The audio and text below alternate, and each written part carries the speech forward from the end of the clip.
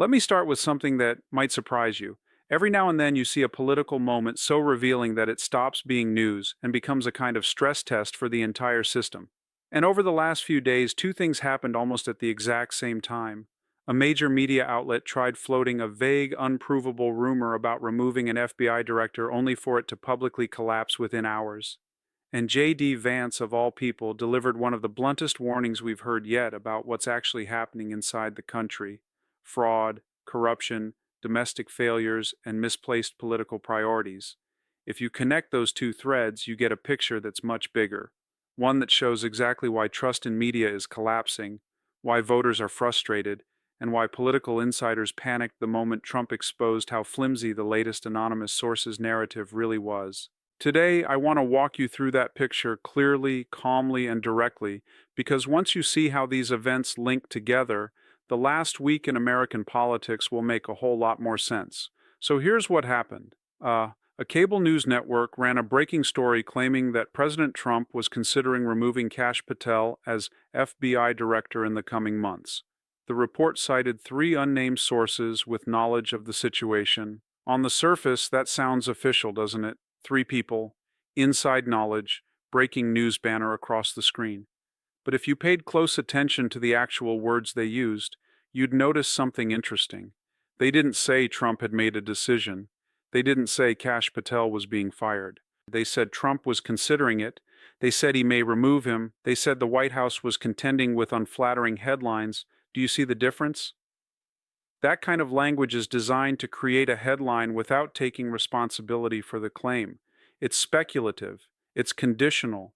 It lets the network run a dramatic story while leaving enough wiggle room to back away later if it turns out to be wrong.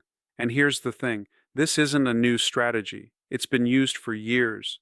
You phrase something as a possibility, float it out there, let it spread across social media and cable panels, and by the time anyone checks whether it's true, the narrative has already taken hold. Except this time, something unusual happened. The story didn't survive even one news cycle. Within hours of that report airing, President Trump was on Air Force One taking questions from reporters. Someone asked him directly, "Are you planning to replace Cash Patel as FBI director?" And Trump's answer was immediate and clear. "No, he's doing a good job. No hesitation, no qualification, just a straightforward denial." And then, to make sure there was no room for confusion, the White House released a photo of Trump and Cash Patel together in the Oval Office, with a statement from the press secretary calling the report fake news. Now think about how rare that is. Usually, when a story like this comes out, it takes days for the administration to respond. Sometimes they don't respond at all, figuring the news cycle will move on. But this time, Trump flipped the script so fast that the rumor collapsed almost as quickly as it appeared. And that quick collapse exposed something much bigger. It revealed just how fragile these narratives can be when they're built on nothing but speculation and anonymous sources. For people watching from home, this kind of thing is exhausting. You turn on the news expecting to understand what's happening in the country, and instead you get conflicting stories, anonymous sources, speculative language, and then a complete reversal a few hours later. It's confusing. It creates doubt, and over time, it erodes trust. Because here's the reality: if the media can float a rumor that gets debunked within hours, what else are they getting wrong? What other stories are being shaped by speculation instead of facts? And that's where the emotional fatigue sets in. Seniors, more than any other group, value clarity and honesty. You've lived through enough to know when something doesn't add up. You've seen enough political cycles to recognize when a story is designed to create controversy rather than inform. And when that happens over and over again, it's not just frustrating, it's alienating. It makes you wonder whether anyone in the media is actually interested in telling the truth, or whether they're just chasing the next headline.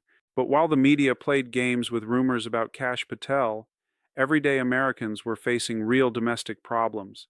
And that's where J.D. Vance entered the conversation. Because just as the Cash Patel story was falling apart, Vance made a statement that cut straight to the heart of what's been going wrong in this country. He was responding to a fraud case out of Minnesota, a case involving over $7 million stolen from taxpayers through Medicaid fraud. And the details of that case are so outrageous, so emblematic of the larger problems we're facing, that it's worth taking a moment to walk through them carefully. Here's what happened. A couple ran a home healthcare company, except they didn't really run it out of an office or a clinic. They ran it out of a mailbox. That's right, a mailbox, the kind you rent at a shipping center. And from that mailbox, they billed Medicaid for over $7 million in fraudulent claims.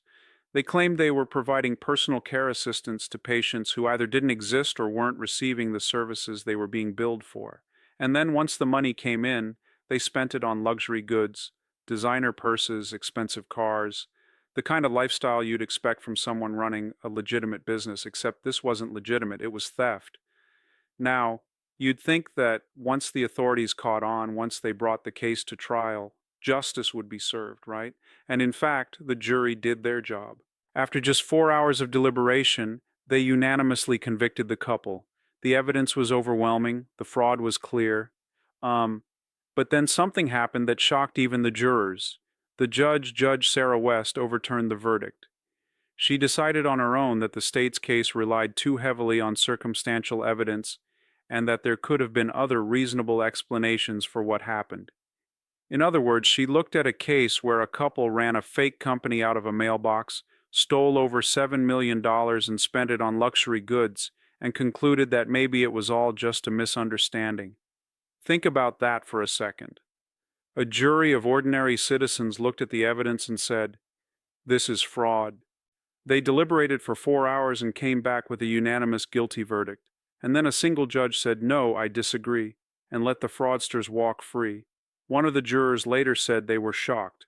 They said the evidence made the guilt obvious beyond a reasonable doubt, but it didn't matter. The judge overturned it anyway. And this is where J.D. Vance's response becomes so powerful, because he didn't just talk about the case in isolation.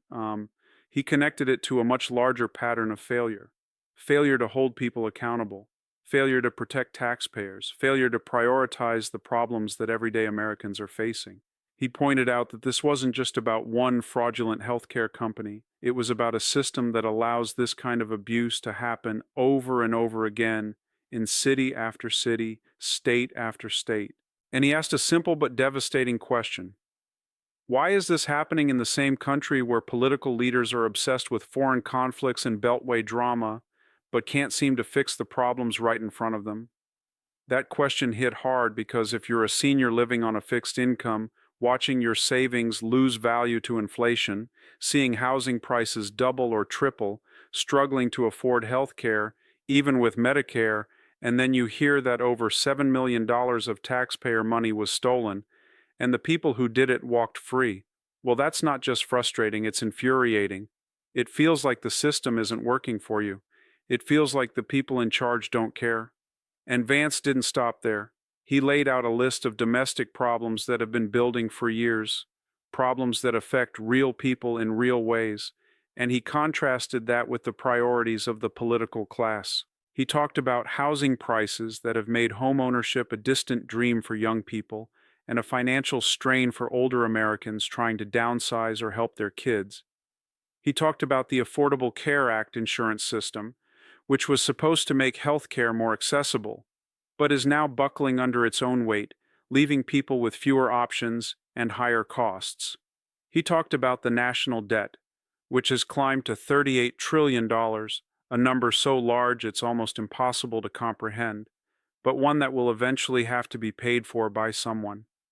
He talked about violence in major cities where innocent people are being attacked while local leaders resist federal help. And he talked about fraud schemes like the one in Minnesota where stolen money doesn't just disappear, it sometimes gets sent overseas to fund extremist groups. Let that sink in for a moment. American taxpayer money stolen through fraud being used to fund radical organizations abroad.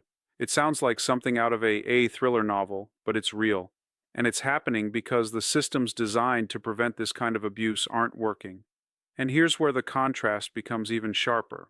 While all of this is going on, while housing becomes unaffordable, while healthcare costs spiral, while fraud goes unpunished, while cities become less safe, the political class is focused on something else entirely. They're focused on foreign conflicts. They're focused on media narratives. They're focused on whether or not the Trump administration might end a 4-year war in Eastern Europe. And Vance's point was simple but devastating. The level of passion and energy being directed toward that one issue compared to the lack of attention being paid to domestic problems is absolutely bonkers. Now, I'm not saying foreign policy doesn't matter. Of course it does. And reasonable people can disagree about the best approach to any given conflict. But here's the thing. When political insiders are more fired up about Ukraine than they are about fraud, inflation, debt, and violence at home, something is deeply out of balance. And seniors, more than anyone, can feel that imbalance because you're the ones dealing with the consequences. You're the ones watching your purchasing power shrink. You're the ones navigating a healthcare system that's more complicated and expensive than it should be. You're the ones worrying about whether your neighborhood is safe, whether your grandkids will be able to afford a house, whether the country you helped build is heading in the right direction. And that's why Vance's statement resonated so strongly. It wasn't just criticism, it was a wake-up call. It was a reminder that the country has serious problems, problems that require serious attention, and that the people in charge need to start acting like those problems matter. Because right now, it doesn't feel like they do. So let's connect the dots here. On one hand, you have a media rumor that collapses within hours because it was built on speculation instead of facts. On the other hand, you have a domestic fraud case that exposes deep systemic failures and a political class that's more interested in foreign conflicts than fixing problems at home. And when you put those two things side by side, you start to see a pattern. The pattern is this misplaced focus. The media focuses on rumors instead of accountability. The political class focuses on foreign drama instead of domestic crisis. And the result is that real problems don't get solved, real fraud doesn't get punished, and real people don't get the leadership they deserve. Now, you might be asking yourself, how did we get here? How did the system become so misaligned with what ordinary people actually need? And that's a fair question because it's not like these problems appeared overnight. They've been building for years, even decades. But what's changed recently is that the disconnect has become impossible to ignore. The gap between what political leaders talk about and what everyday Americans are experiencing has grown so wide that it's creating a kind of crisis of confidence. Think about it this way. When you turn on the news, what do you see? You see panels of experts debating foreign policy. You see breathless coverage of the latest Washington scandal. You see speculation about who's in and who's out in the administration. But how often do you see serious, sustained coverage of the issues that affect your daily life? How often do you see in-depth reporting on why housing has become so expensive, or why health insurance costs keep rising, or what's being done to prevent fraud in government programs?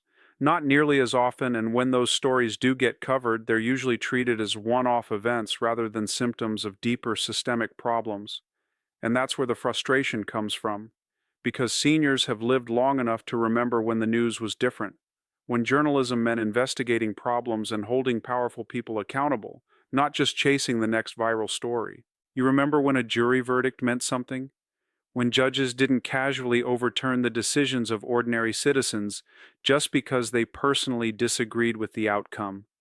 And here's the thing, these memories aren't just nostalgia. They're a reminder of what's possible when institutions work the way they're supposed to, when the media prioritizes truth over clicks, when the justice system prioritizes accountability over judicial activism, when political leaders prioritize the problems that affect their constituents over the issues that dominate cocktail party conversations in Washington. So when J.D. Vance stood up and said, "Show some passion for our own country," he was speaking directly to that frustration. He was giving voice to what millions of Americans have been feeling for years. And the response was immediate. People resonated with it. They shared it. They talked about it because it wasn't some abstract political theory. It was a simple, direct statement of something that felt obviously true, and the timing couldn't have been more perfect because just as Vance was making that statement, the media was busy trying to explain why their Cash Patel story had fallen apart. And the contrast was striking. On one side, you had Vance talking about real problems that affect real people. On the other side, you had the media scrambling to defend a story that was built on nothing but anonymous sources and speculative language. It was like watching two different versions of reality collide. Now let's talk about why these moments matter more than they might initially appear. because on the surface, you might think this is just another news cycle, just another political dust-up that will be forgotten by next week. But I'd argue it's actually much more significant than that. These moments are signals. They're indicators that something fundamental has shifted in how Americans perceive their institutions and their leaders. Here's what I mean. When a media rumor collapses within hours, it's not just embarrassing for the outlet that ran it. It's a data point in a much larger story about credibility. Every time something like this happens, it reinforces the idea that the media can't be trusted, that stories are being shaped by agendas rather than facts. And that has real consequences because in a democracy, an informed citizenry depends on having access to reliable information. When people stop trusting the sources that are supposed to provide that information, the entire system starts to break down. Similarly, when a jury verdict gets overturned by a judge who simply disagrees with the outcome, it's not just about one fraud case, it's about whether the justice system is working the way it's supposed to. It's about whether ordinary citizens have a meaningful role in holding criminals accountable, or whether their decisions can be casually dismissed by judges who think they know better. And when people see that happening, it erodes their faith in the system. It makes them wonder whether the rules apply equally to everyone or whether there's one set of rules for ordinary people and another set for those with the right connections or sympathetic judges. And when political leaders spend more energy debating foreign policy than addressing domestic crisis, it sends a message about priorities. It tells voters that the concerns keeping them up at night, affordability, safety, corruption, aren't as important as the concerns that dominate Washington think tanks and cable news panels. And over time, that creates a sense of alienation, a feeling that the political class is living in a different world, one where the problems that matter to ordinary Americans barely register. So when you step back and look at these three things together, the media's credibility crisis, the justice system's accountability crisis, and the political class's priority crisis, you start to see a pattern. And that pattern explains a lot about why American politics feels so volatile right now, why voters are so frustrated, and why someone like Donald Trump was able to upend the entire system in the first place. Because here's the thing, people aren't stupid. You can sense when you're being told one thing while the reality is something completely different. And when that disconnect becomes too large to ignore, people start looking for leaders who acknowledge it, who talk about it honestly, who promise to do something about it. And that's exactly what Vance was doing with his statement. He was acknowledging the disconnect, he was naming the problem, he was saying out loud what millions of people have been thinking but haven't heard their leaders say. And that's powerful because in politics, sometimes the most radical thing you can do is simply tell the truth about what everyone can already see. Now let's bring this full circle. Remember where we started with two events that happened almost simultaneously? A media rumor that collapsed, and a political leader who called out domestic failures. And if you look at those two events together, you see something important. You see that the old playbook isn't working anymore. The media can't just float a rumor and expect everyone to accept it. Political leaders can't just ignore domestic problems and expect voters to be satisfied with platitudes and foreign policy debates. The ground has shifted, and you are at the center of that shift because you're the ones who remember how things used to work, how institutions used to function, how leaders used to communicate. You're the ones who can see with clarity just how far things have drifted from what they should be. And increasingly, you're the ones who are demanding something better, not because you're partisan or ideological, but because you've lived long enough to know what good governance looks like. And what you're seeing now, isn't it? So what does all of this mean going forward? Well, I think it means we're entering a period where clarity, honesty, and focus on domestic issues are going to matter more than ever. Voters are going to reward leaders who talk straight, who prioritize the problems that affect everyday life, and who deliver results instead of excuses. And they're going to punish leaders who play games, who chase headlines, who seem more interested in Washington drama than in fixing what's broken. And that's not just my opinion, that's what the data shows. Look at the polling numbers that were mentioned earlier. J.D. Vance has become one of the most favorably viewed politicians in the country, not because he is flashy or charismatic in a traditional sense, but because he speaks directly to the concerns that people actually have. He doesn't talk down to voters. He doesn't pretend problems don't exist. He names them, explains them, and proposes solutions. And people respond to that because it feels authentic in a political environment that often feels anything but. Meanwhile, the media outlets that continue to rely on anonymous sources and speculative reporting are seeing their credibility erode further. The old model of journalism, where a few gatekeepers controlled the narrative and everyone else just accepted it, is breaking down. And that's creating space for something new, something more transparent, something more accountable. Whether that space gets filled with better journalism or worse journalism remains to be seen, but the change is happening whether the old god likes it or not. And in the justice system, cases like the Minnesota fraud case are becoming flashpoints for a larger debate about accountability and fairness. When a judge can overturn a jury verdict in such a brazen way, it raises questions that go far beyond that one case. It raises questions about judicial activism, about the role of judges versus juries, about whether the system is being manipulated to protect certain groups while punishing others.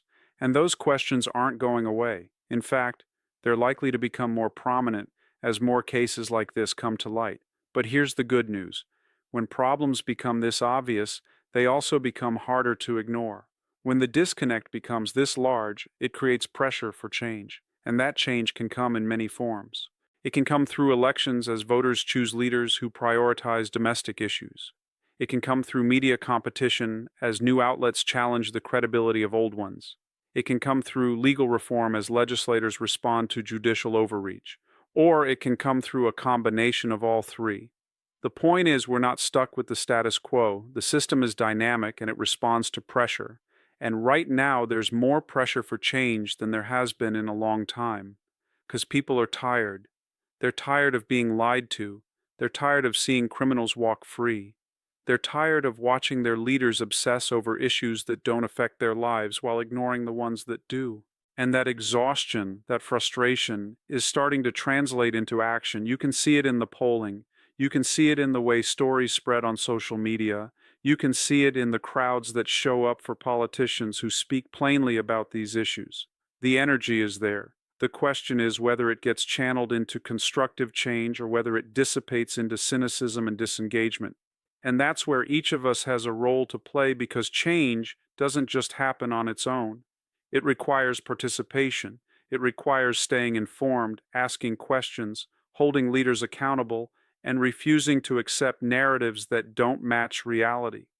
For you, that might mean sharing your perspective with younger family members, helping them understand what's changed and why it matters. It might mean staying engaged with local and national politics, even when it's exhausting. It might mean supporting leaders who prioritize the issues you care about and calling out those who don't.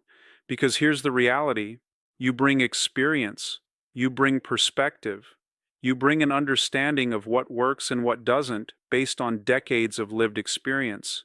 And in a political environment that often feels untethered from reality, that kind of grounding is invaluable. If you found this breakdown helpful, especially with everything going on right now, make sure you like this video, subscribe to the channel, and leave a comment below. Tell me what part of this situation stood out most to you. Was it the way the Cash Patel story fell apart so quickly? Was it the outrageous details of the Minnesota fraud case? Was it J.D. Vance's point about misplaced priorities? Your voice matters, especially when stories like this reveal so much about where America really is today. And by engaging, by sharing your perspective, you're contributing to a larger conversation about what kind of country we want to be and what kind of leadership we deserve. Because at the end of the day, democracy isn't a spectator sport.